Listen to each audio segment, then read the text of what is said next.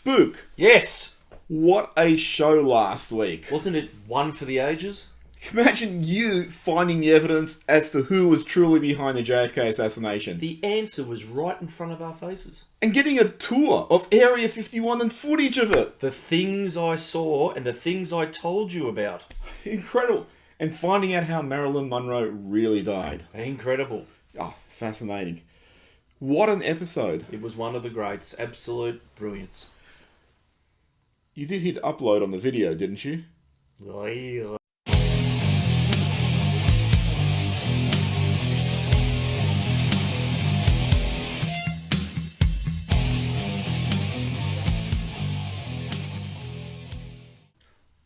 Welcome back to the Collingwood Rant. I'm Sly. And I feel like I've done this before, Spook.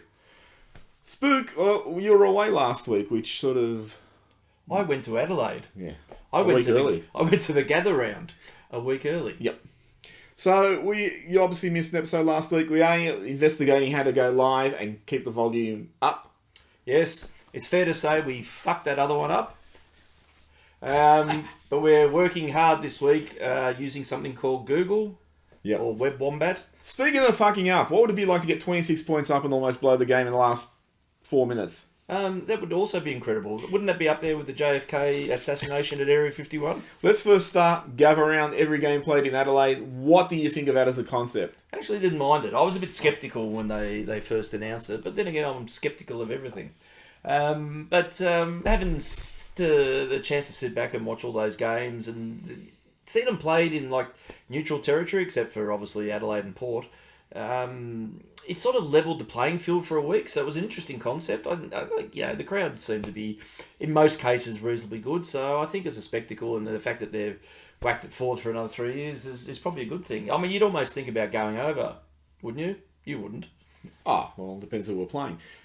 I love the concept too. I was a naysayer, but I love it. Let's bring it to Victoria next year. How dare you deny me the opportunity to go watch Gold Coast Fremantle in Ballarat? I'd be straight into the game for that one. What a game, yet. Where are the 9 Victorian games? Really, AFL, this is just a double standard. They could play one at Waverley. That would be cool. They could play one at Victoria Park. That would be really cool. Going into this game, the goalie, late withdrawal. Yeah, that didn't...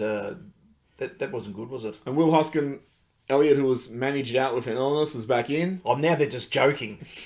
How much applause was there? I mean, the world was going absolutely bonkers crazy that he'd finally been dropped, or managed, I think the terminology was. Yeah. It was like Kirk being demoted from Admiral to Captain and then getting reinstated yet again. Yeah, I think most people get that reference. So that was like it, though. You got about 3 really good players at Collingwood. The goalie's one of them, so you've lost 1/3 of them going into this game. Hoskin Elliott comes into the side. Did he? Well, that's a good point. Very early in the game, somehow Dan McStay injured his finger, and not just injured it, but did a tendon, so he'll be out for 10 weeks. So immediately we're thrown into... How many finger industries? How many finger injuries We should be in the finger industry. I thought we looked a lot... They must have like plaster casts on the trophy cabinet these days of just digits pointing. No, well, that's why they can't grasp a premiership. How did McStay actually hurt himself? I think it was when Don't you have to go near the ball to actually get injured? I think it was when he was shepherding the ball. He hit his finger on the post? No, he hit thin air. He hit Hoskin Elliott. I thought we looked better with Frampton than Ruck than McStay. He was pretty good. Actually, and don't quote me this specific stats, because our good friend Foxy brought this one up, that apparently he's, for all the ruck work he's done this year, Frampton, it ain't a lot, and it ain't particularly quality hit-outs or anything, but he's winning about 47%, and at the moment the benchmark of the competition's Gawn on 55, so he's almost as good as Gawn, Frampton. Oh, he's better than Gawn because he's playing. Going back to last week against Brisbane, I actually thought the absence of a genuine ruckman really threw off all the synergy. McStay looked like he was initially just told, just trying to negate him, but then he was getting nowhere near it. He said, go out there and don't injure your finger. No, the Brisbane game was actually surprised because if I was the coach, as I keep saying, I would have told McStay, look, 1 in every 5, just fucking run straight into him and just make him fear that you're on the other side. You're going to give away a free, but he's going to get a knee to the chest every now and again. McStay did none of that, and he was terrible, and the whole synergy got thrown off. Frampton, for the most part, I thought, even when he wasn't rucking brilliantly or to advantage or whatever, he was providing enough of a contest that, we could hold our shape around the ball. So I thought that was really good. Except for that one really woeful hit out at the dying minutes of the game. Yeah, we'll get to that later on. Well, I'm glad we will, and not St Kilda again. Jack Ginnivan back. Yeah, I think he started obviously slow and a bit rusty, but he worked his way into the game in the second half. Yeah, I thought the thing that pleased me was some of his defensive efforts, especially that spoil where he got to the ball late. He created a goal from an overhead spoil. The one that Elliott kicked. Yeah, I thought that was great. Thank you. That intercept was incredible. He was miles away. Yeah, 20 feet away, and he sprinted in close. I mean, that's the sort of thing that usually happens to us, not for us. But that's the sort of thing you'd expect from McCreary. For Jack to show that the intensity without the ball in hand, I thought that was fucking awesome. If he can do that, it's like I'll give up a few goals if he can provide that defensive effort. I mean, a few of the goals that he'd kick. Thumbs up to fucking Anthony Hudson. Apparently, whenever Collingwood gets a free, we've dived into it, we've thrown ourselves forward. It's funny too because I was watching the Melbourne Essendon game and he was commentating because I pick it got hit high, and then he sort of go, oh, was it high or was he ducking? Oh, I think it was probably high. So he offered some impartiality there, but fucking Collingwood players know every fucking free kick somehow we've tried to manufacture. You are a fucking grade A Jon Ralph. Ooh, that's harsh. Yep. So I thought that was really bad. Nick Dacos, do you think we should keep carrying him? He's struggling to get his hands on, isn't he? He's the anti-Hoskin Elliott. He is probably the softest player I've ever seen, though. I mean, all those cheap possessions he racks up each week, just kicking the ball out of defence. He does get a few cheapies, though, but, he does run bloody really hard. Some of the work he does is just ridiculously beyond his years. Yeah. I mean, Jonathan Brown, I think, was joking. Imagine what he's going to be like in 4 or 5 years. Him, Jonathan Brown? Yeah, imagine what he'll be like. But imagine what Nick Dacos will also be like in 4 or 5 years. I think he's running around in a 19-year-old's body. You look at comparison Pendlebury at the moment. Pendlebury's a big, solid bloke. His physique belies his years. When Nick gets to that sort of build, and if he can maintain what he's doing now, he'll be an unstoppable force of nature. Yeah, the other thing is Pendlebury is 191 and Nick's nowhere near that height. No, apart from that, I'm talking about that mass that you get once your body matures. I mean, that was Peter had sort of really good body mass too. Or his father, Peter. How much do you think we should all probably pitch in and harvest his DNA, Peter? Look, I think there should be a sperm bank dedicated to him. I put to this club, I said, look, I can fix our playing list to woes. All we need are 42 vials of Peter Dacos semen and a harem. It'll be fixed. The boys from Dacos, Brazil. Yeah. So what do you think of the game itself? St Kilda, very defensive, obviously very tight. Seemed like it was second to the ball a lot, or second trying to get it out. I don't think the mids were particularly dominant. They tried to shut down the corridor, and we saw yet again, even though you're his biggest fan on the planet, Ross Lyon's ability to choke the fuck out of a game. I don't think we reacted particularly well to that. The pressure, though, that they did provide St Kilda was pretty intense. It's the most fumbly I can recall as being in a long time. I reckon the week before was fumbly. Well, apart from that one, it's the most I can recall in a long time. I don't know. You don't want to say that Adelaide on a night's dewy, but it didn't seem to impact St Kilda. They were marking everything and all over the shop. It helps when you kick it straight to them. I think it really did. I still think, though, without that structure from the first couple of games, we're still meandering a little bit, not sure of where things should be. There were passages where I think we were just too clumped on the ball. We weren't free and giving space. We were sort of there supporting each other, just trying to get it out. But you had nothing really up the ground cohesively to go to. I think they overcompensated from last week against the Brisbane game. Is what they felt, or what I felt in that Brisbane game is they pushed so hard forward with their press to provide options. But whenever there was a turnover, everyone was suddenly 10 metres out of position. And that's why Brisbane got so many goals. It just went the other way with very little pressure. It was very reminiscent of the way Buckley coached in about 14, 15. On the counter, it was just everyone was suddenly so far out of position. And this week they seemed to compensate and say, well, let's not lose our shape to that extent. But then they weren't providing that spread. No. They were good on the counter, though. I mean, every time that we did the Buckley bomb into the... Well, that was the 50, other thing. Saints were intercepting everything. And they were rebounding pretty good. But I think at the time, I remember watching and thinking, actually, defensively, we're actually holding up really well today. I don't think that's going to result in a lot of goals this Darcy week. Moore and Murphy were really good. Yeah. That last quarter, I thought Quaynor was really good, and I've been one of his bigger critics. I think he was really good. Maynard, Noble, so.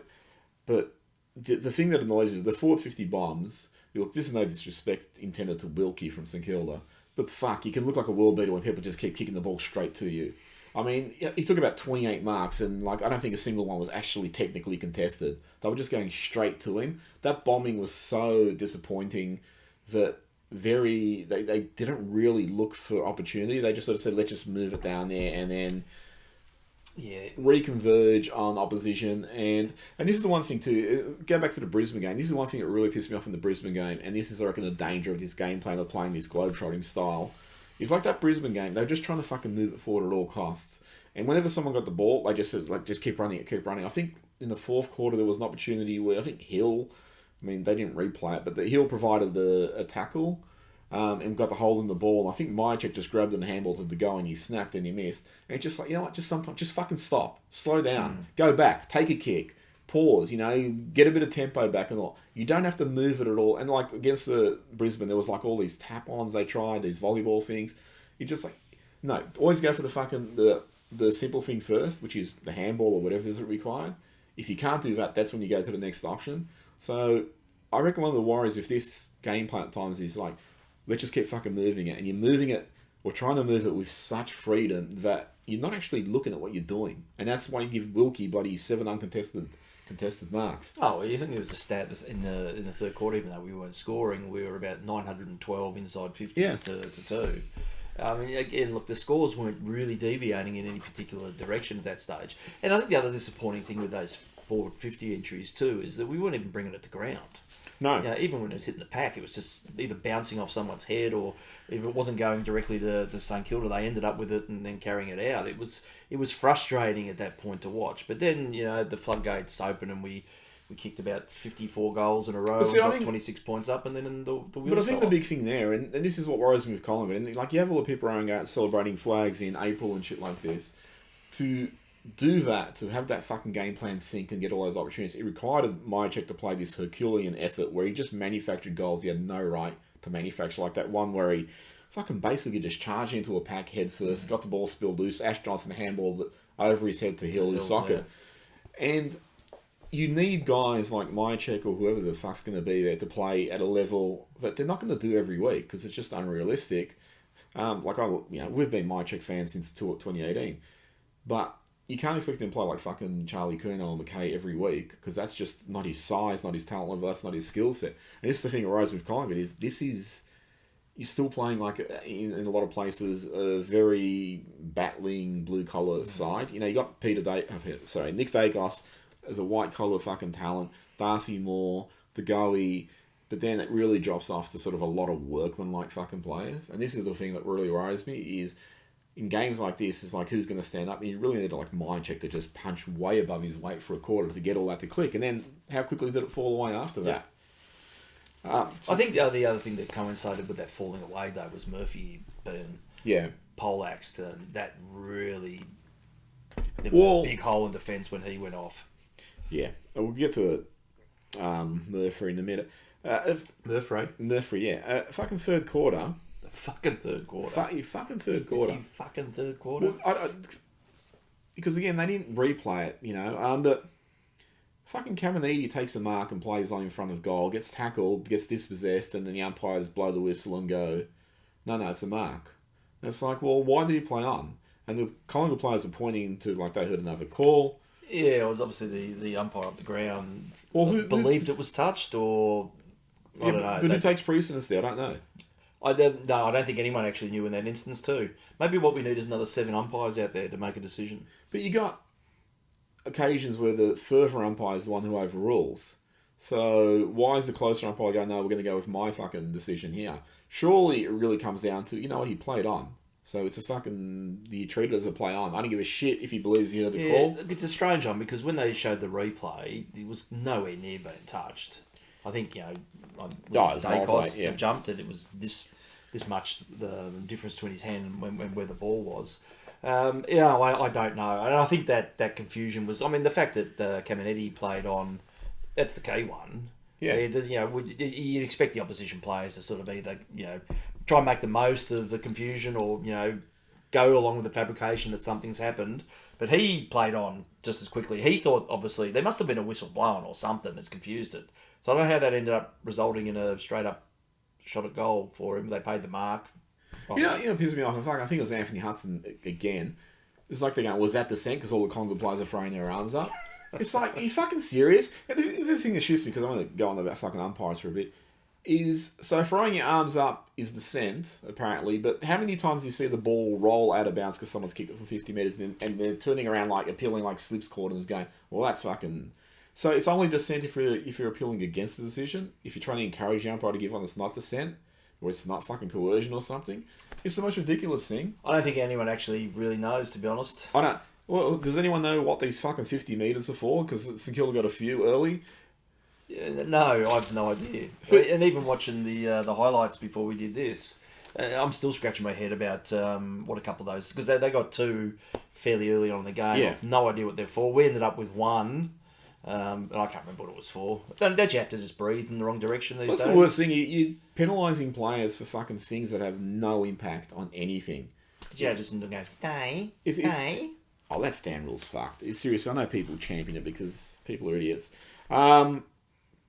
Last week, some footage came out of Drac Crisp. Drac Crisp. I'm going with Drac now. So, he was in Viewer to Kill, Drax, is it? Or was that... Okay, anyway. No, Drax... Yeah, he's a Bond villain. Yeah, anyway, Moonraker, I think. Yeah, that's it. Yep. So, Jack Crisp, footage came out of him, played terribly against Brisbane. In fact, he played like he was playing still for Brisbane. And I don't think he was much better this game. No. And obviously we're going to talk about that bewildering All right, kick so out at go in the the end. last few minutes. Frampton does a fucking punch. He gets a clear tap, but he sort of just taps it to Space. force and kill the players. Well, that's who ended up being there at that time.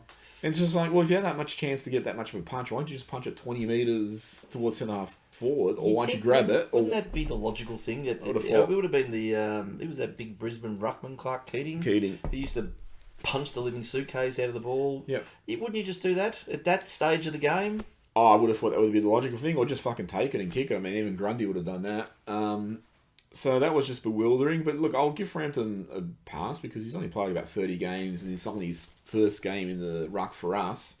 Not great. They kick the ball forward. Quaynor gets his head taken off. No one says anything. They go forward. They kick a goal. Then the next fucking bit of play, again, they move straight forward. Crisp ends up with the ball in the forward pocket, or our back pocket, their forward pocket. He has McCreary on the lead going to half forward, totally open for 10 metres. And Crisp is like, no. He's just pointing like, go long. I'm going to go 10 metres over your head, mate. You're too close. And he kicks it to Will Hoskin-Elliott, who's like obviously a strong overhead mark against free fucking opposition. And they mark. Was this like about the most... You made a point earlier that like they train for these close situations and they all... Well, I shouldn't say they all, but some of them shit themselves.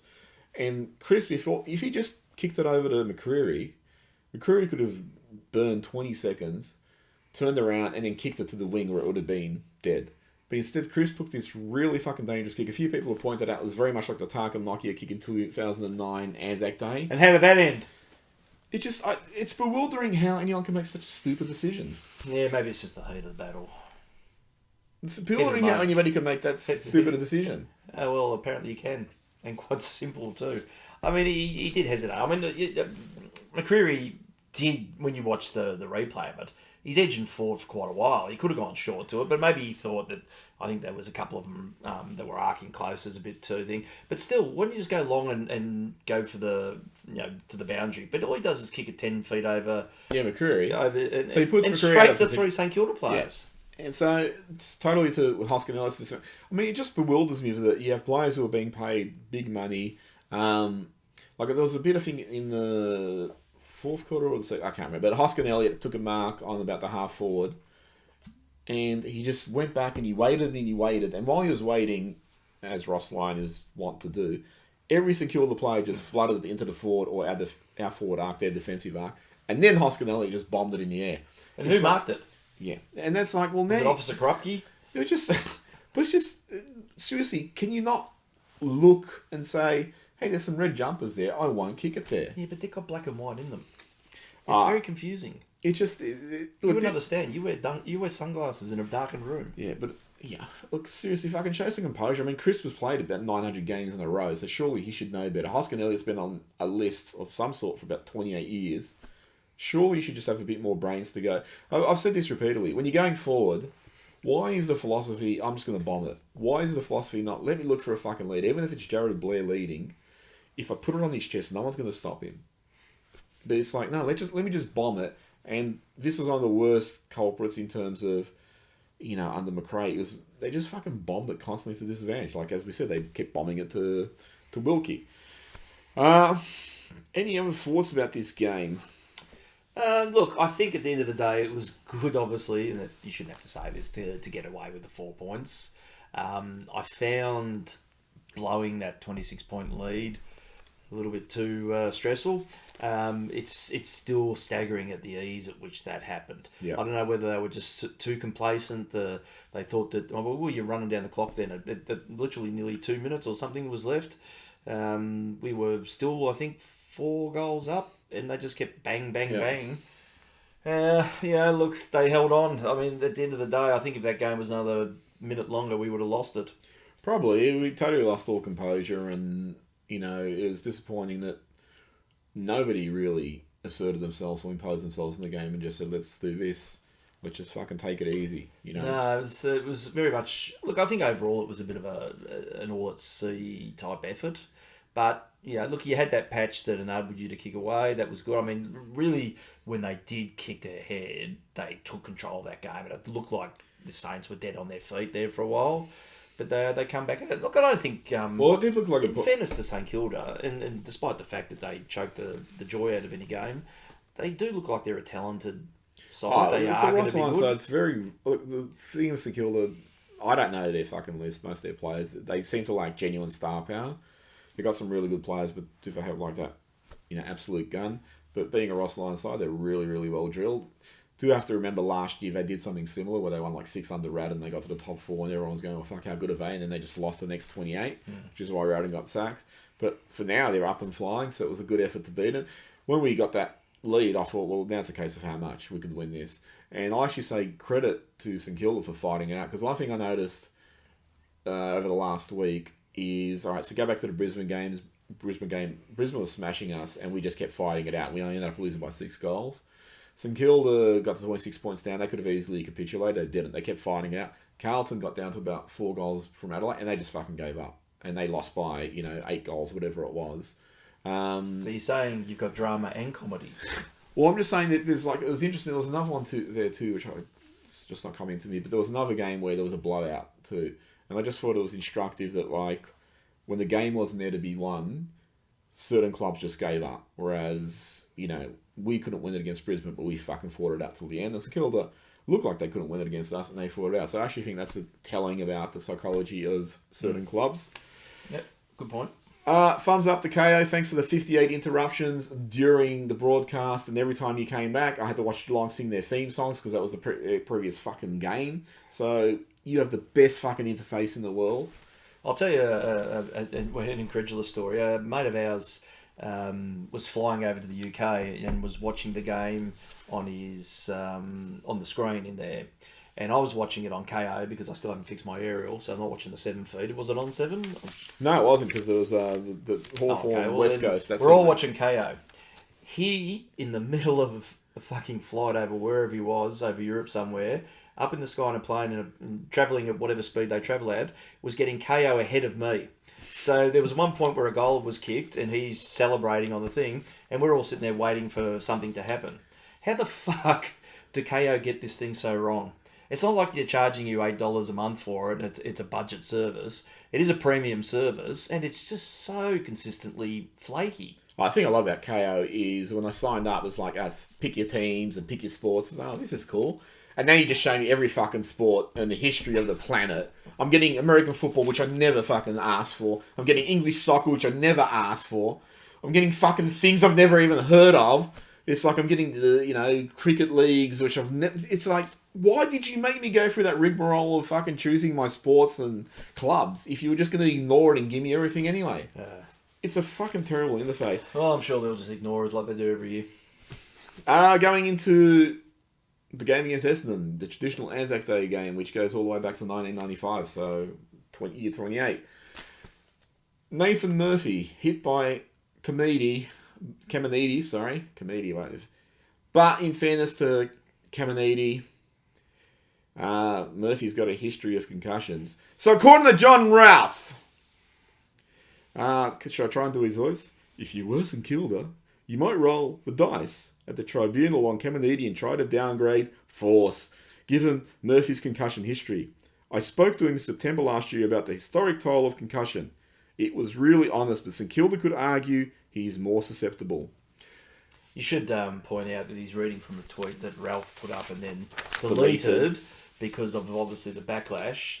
But, you know, it's Ralph. He doubled down again with pretty much a reworded same point. Yeah, which I'm not going to even bother going into.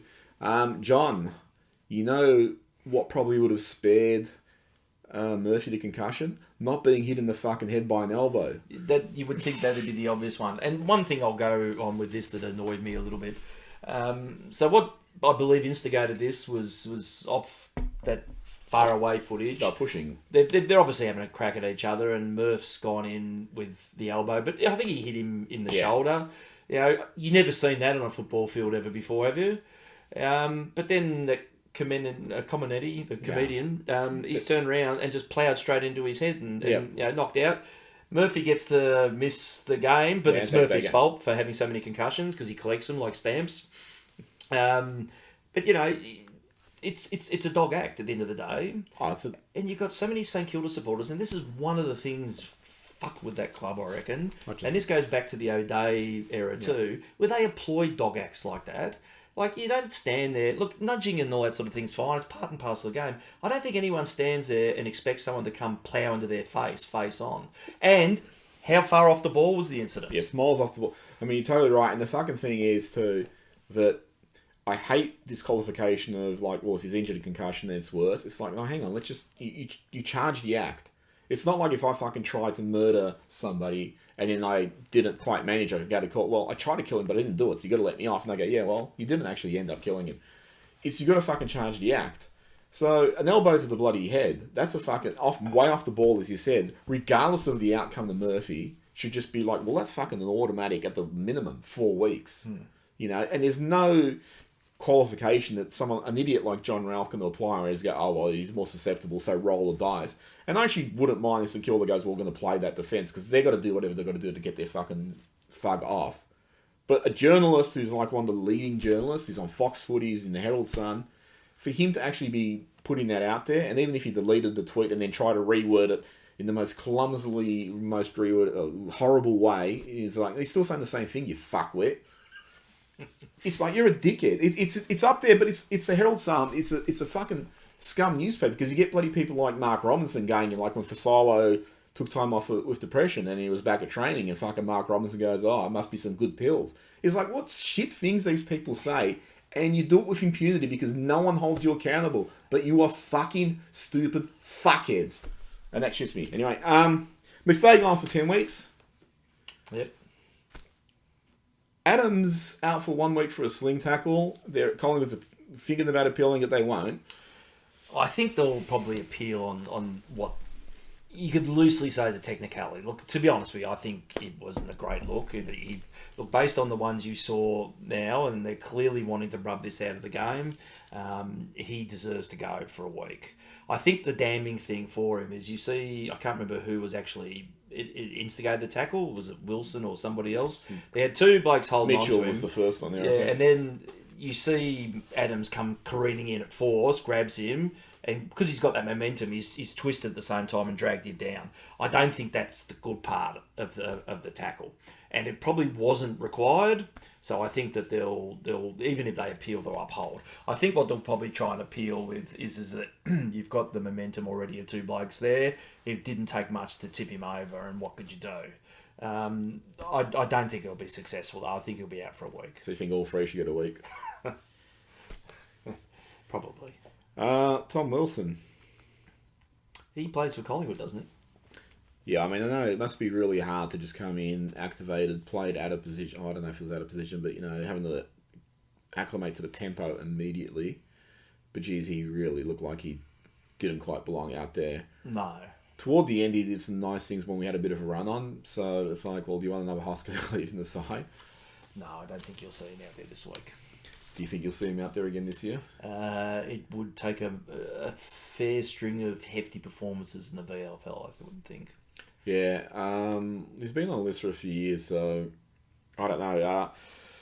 And they're probably going to look at, again, like they did last year, where they moved some players on, like the Browns and so forth, whether they're going to go hard again this year. Obviously, internally, they know a lot more than we do. We're just going clearly. on what... Well, we're bereft of big man stock, so you can see why he's been kept around. Same with Will Kelly. Whether they're going to get another chance, that's going to be the questionable thing. Yeah. Possible inclusions. Trey Risco had a good game. Finley McRae had a good game. We got smashed in reserves by about 10 goals, but they had good games.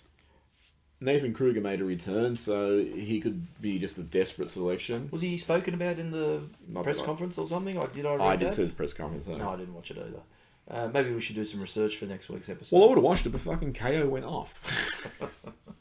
You probably got Feach Lamana from the NBL under 12 sides in America, just doing something. No, what were we talking about? Whether Kruger will come in.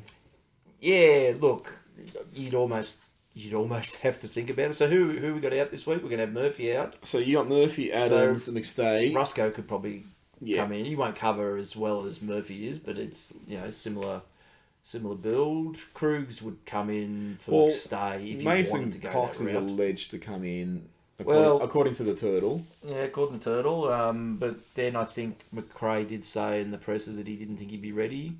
But that could be smoke and mirrors at this stage. You've got still another 8 days or whatever it is before Anzac Day, so he still could be right. I think you'd almost have to take a chance. He got through. He's been 2 weeks of full training, I did see, and he got through the VFL game. I mean, it could be premature, but we're getting desperate at the moment. I think one of the problems too is coming after Anzac Day. I think it's on like a 4-day turnaround, and you're playing Adelaide in Adelaide. So there's probably guys they can bring in, like you could bring Kruger and go, we'll give you one game here, and then we won't play you again for 2 weeks, providing you get through this one game. Same with Cox. They might just sort of do that and say, hey, this is the one we're going to gamble on you, and then you get another 10-day break because we'll skip the Adelaide game for him. So that's the thing they could look at. Finley McRae, that is, has had solid form in the VFL.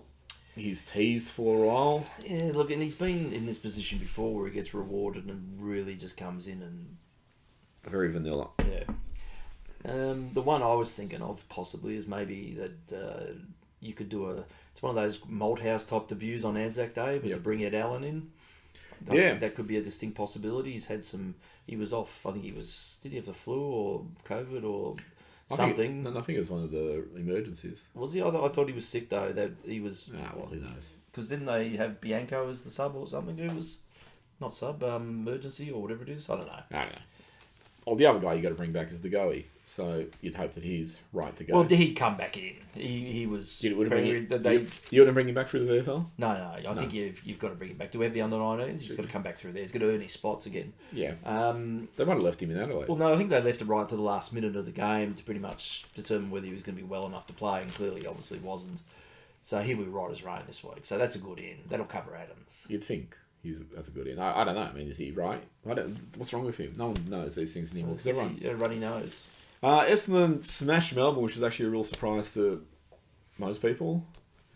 So it's interesting because they sort of beat some clubs they should beat, like GWS and Gold Coast. How did Grundy go? Grundy defensively was terrible. Got killed in the ruck. Oh, literally. So, like, last week, I can't remember who Melbourne played. They beat whoever they played. And Grundy had some really good stats. He had really good tap-outs to advantage and shit like that. I saw some of the Melbourne Essendon game, and his defensive efforts were just... I mean, he missed most of last year, so it might be fitness and shit like that. Problem is, what the problem's always been. Some of his decision-making was really poor, too. Like, he fucking ran with the ball and was like, what do I do? And then when he had everyone out of position, it's like, now I'm going to handball. Generally, he's a bit smarter than that, so... Anyway, I don't know what I'm talking about Melbourne, but... I think you're talking about Essendon's surprise. But Essendon looked really good, and they looked really dominant against them. Well, they've won. Are they 4-1? Yeah, there's something like that. They've only lost to St Kilda from off the top of my head. So they're without merit. Yeah, I don't think they have any plaudits. Oh, he'll get.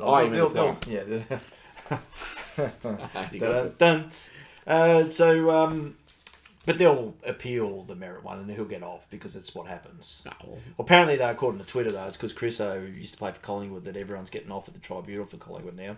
I must have missed those 648 rulings. Okay, I didn't realise.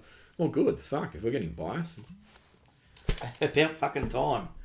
It's funny because I saw Turtle tweet about St Kilda being... He had a few interesting tweets. Yeah, but he had that one about St Kilda being a prick of a club with funds. He's right there. Yeah, but then someone came in from Berwick, so I'm assuming it's a Skill player. Just, look at your own history before you fucking bag someone else. It's like, well, looking at our own history doesn't change the fact you're still a shit club with thugs in it. I hate when people go, go look at yourselves. It's like, well, okay, we've got a shit history too, you, but it doesn't change the fact you do. And you've only won one flag. And who was that? But Essendon's been good. The thing I like to look at, though, is St Kilda beat Essendon, I won't say convincingly, but they seem to have control of the game. We've beat St Kilda. So Therefore. Ipso facto-ly. Look, I think Essendon's got some good talent in there. Draper's a good ruckman. What's his name? That Langdon's playing really well up forward. They've got some good midfielders. So, but where's their level at the moment? I don't know. That's the thing with them. I mean, they showed last year that they can be good and they can drop off quicker than a leopard's penis. So it's going to be a hard one to gauge because at the moment they've been consistent this year, but that could stop. Yeah. And so hopefully it's this week. But then again, it could be a good game. But this is the one thing too, is in this, I'm going to bag all our supporters. Yes. By name or alphabetically? Yes. Oh, let's go. First one is... Aaron Askinskin. No, the two things I'm going to say is, I get a lot of people going, Melbourne Essendon, who'd be the better... Which teams are better for us to win? That's like, just keep winning yourselves. It doesn't fucking matter who else wins. No, so I don't give a shit about results, other results. Just keep winning, and you take it out of their hands. And the other one, I had people going, if you said at the start of the season we'd be 3-1, I would have taken it. And I'd say, no, fuck you. I'd take 4-0. That's what you go for, not 3-1. You don't fucking settle. So Essendon's out there, they're competitive and all that. Just fucking smash them. That's all it comes down to. I don't want to be going, I hope this plays out for them, and we, just fucking smash them. The one tiny concession I'll make is we could potentially have to make 4 changes. So that, yeah. And the big one, the big change there is the losing Murphy. Because you've lost Howe, so that was a very settled defence, and now it's a very... Because you've got Frampton in the ruck, you bring Rusco in, it's going to be a little bit unsettled in terms of they haven't played a lot together. It means probably guys like Quain or May that have to play a little bit taller or a little bit more intercepting. So that's something that's a bit of concern. And then going forward, we're talking about McStay. Has he added anything? We don't know. Statistically, he hasn't really added a lot. But maybe he's just actually, from his presence, he's adding a little bit. Because, in the 2 games at the start of the year, we kicked 20 goals. But then that dropped away really quickly. Yeah, look, it's obviously a hard one to quantify because we've only had 1 go without him. But I thought when he went off that it really brought Belichick into the game. Yeah. Maybe that's going to be something that works to our benefit. Look, I think if we can get Cox in, flaps out, Cox in, DeGoey back in, that's some hefty ins. Yeah. Frampton can go down then. I'd rather see... you can keep pinch hitting in the ruck, Frampton. I'd rather see that than Ash Johnson. I want to see him kick 6 on Anzac Day.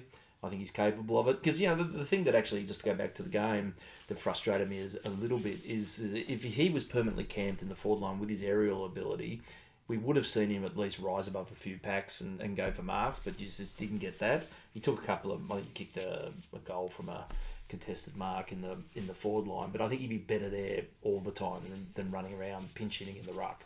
So hopefully if Cox comes back, Frampton pinch hits, that sort of takes care of that element, and we can beat them by 140 goals. Well, so is that your tip, 140 goals? No, we'll lose by 60 points. Oh, I'll say we'll win by 37. So that's my hope. It'll be, beat St Kilda. We beat Essendon twice last year. Probably neither in overly convincing fashion, but...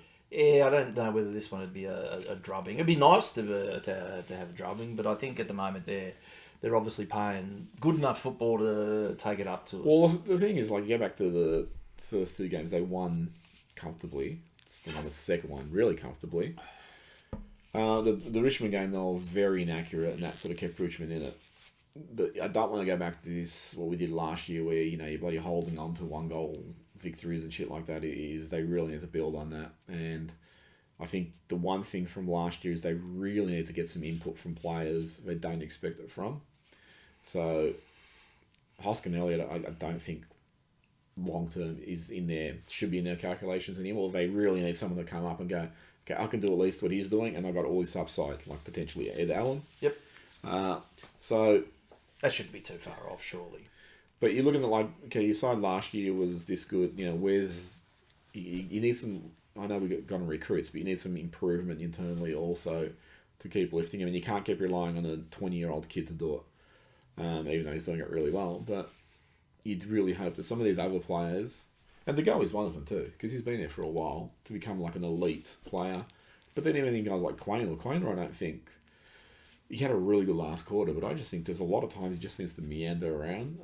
It really want to see him not just stamp himself from the game, I see him fucking running, launching counter-attacks and shit like that, like Noble does, but I don't think he's that. So just not picking on him specifically, I think there's a few players...